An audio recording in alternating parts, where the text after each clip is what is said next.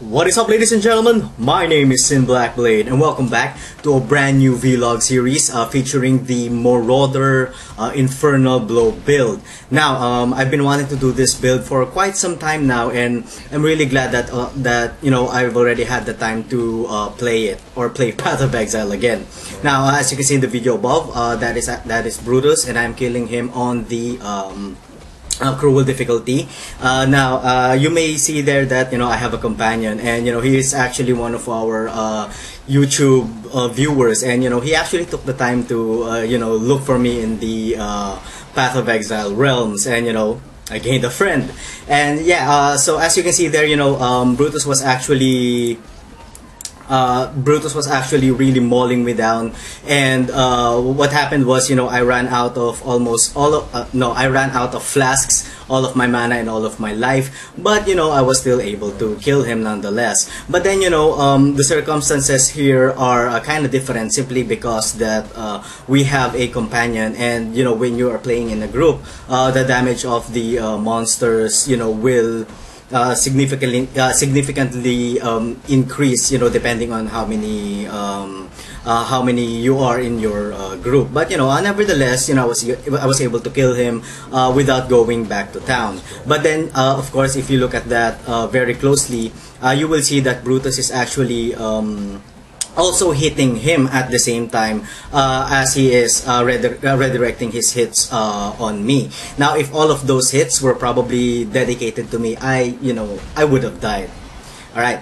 And of course, as you can see in the video above, I've also progressed by killing Merveil on the cruel difficulty. There's not much thing to say here, except of course that, well, she wasn't that hard, and she wasn't dealing that much of a damage, so I didn't need to go back to town to refill my flasks and of course my life. And also, I have progressed through the game by defeating Vol in the of course still in the cruel difficulty. I'm trying to go into the game really fast up until I get into the merciless difficulty, because I really want to reach the level of at least 70 or 75. And yeah, so nothing much to say about Vol, except that I think he is one of the most easiest of all the three main bosses here in this game. Just make sure that you don't get hit by his that lightning laser, and of course that hammer that could potentially one hit you, and of course you will die. And with that said, of course, let us go into our skill tree.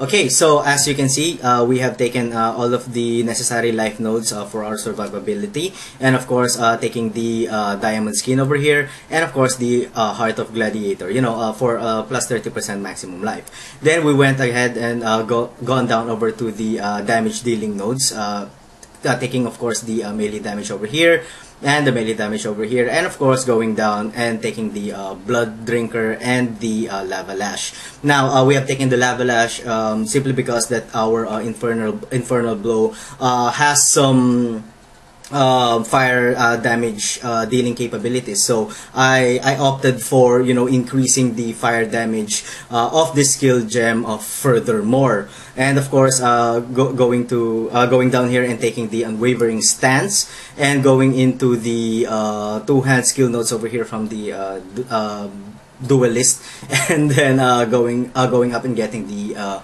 master of arena, and getting some more life nodes, and plus 1% life regeneration over here. And then of course getting some more mana regeneration, because our Infernal Blow has a really high mana cost. As you can see there, it's 57.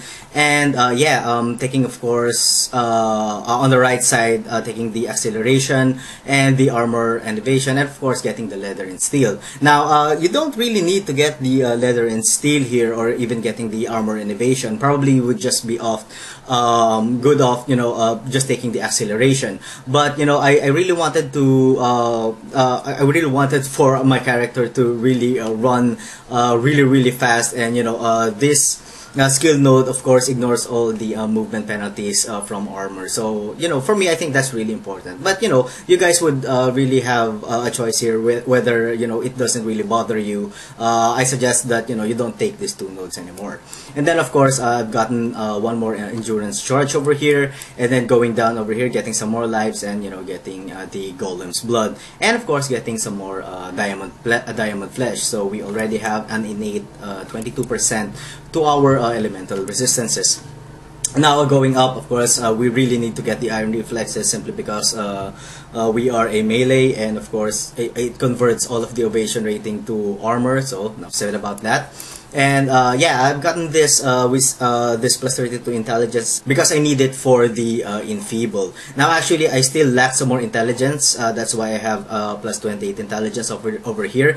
If I remove that, I won't be able to use 2 parts of my gear. So yeah, if I progress further, you know, I'm actually going to go up and I'm going to get the another plus 30 intelligence over here.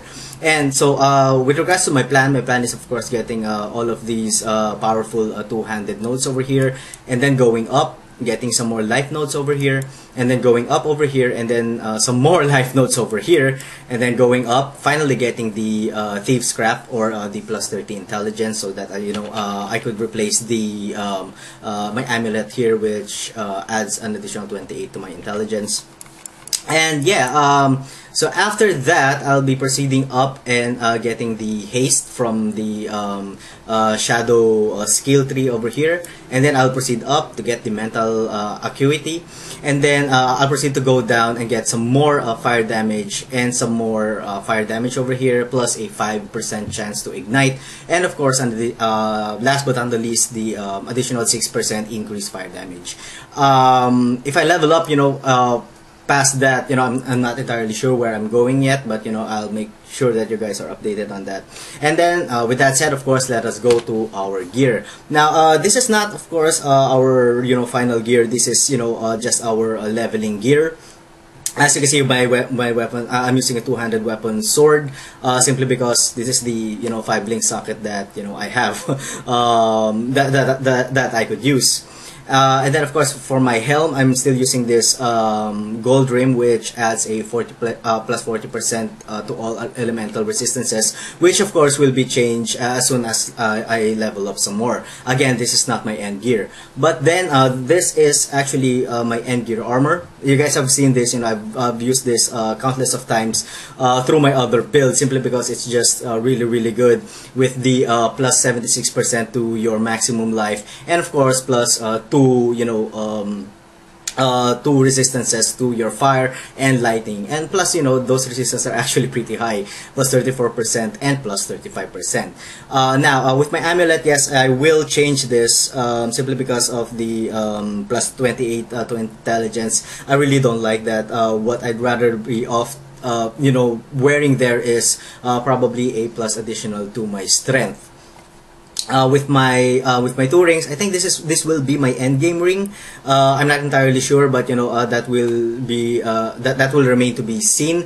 The reason that I like this ring is because aside from the plus 23% to maximum life innate, it has an additional plus 53% to your maximum life, and an additional 10% to all elemental resistances. And for my other ring, hold on, yeah, this is not actually my my end game ring. I will change this as I level up or as I progress through the game.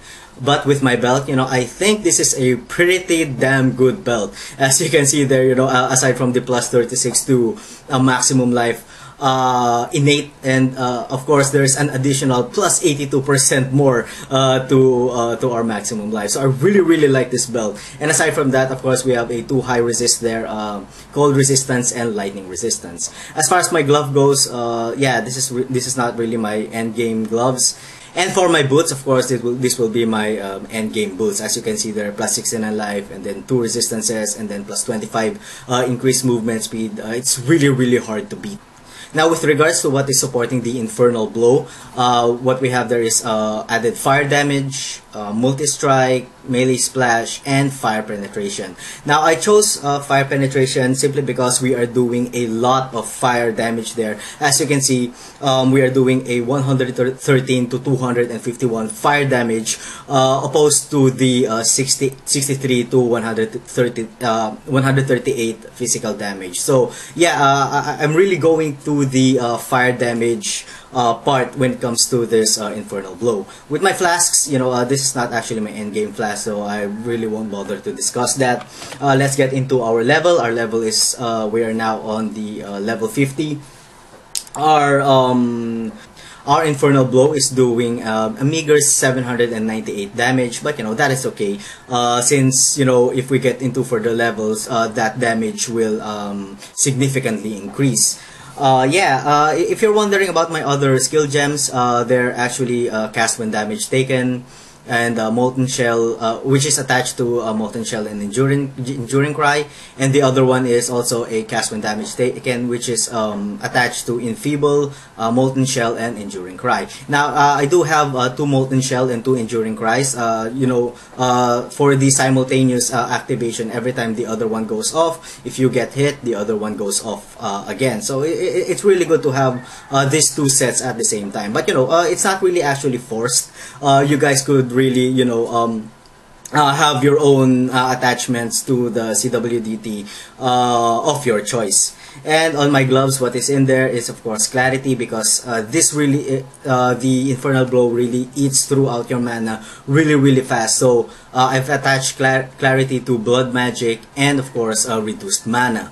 So I think that's it. When it comes to our defense, our armor is at 1517, and all of our resistances are capped, except of course for our chaos resistance. Now I know you guys would love some gameplay, and we shall get into it.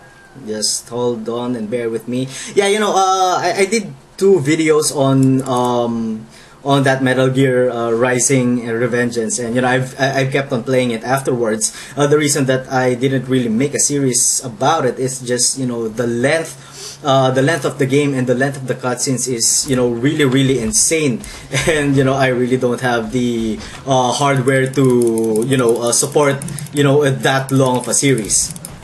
All right, we have a first mob right there. And yeah, as you can see, I'm doing pretty good, but then again, this is only the cruel difficulty. We will know how good this build is once we get into the into the merciless difficulty.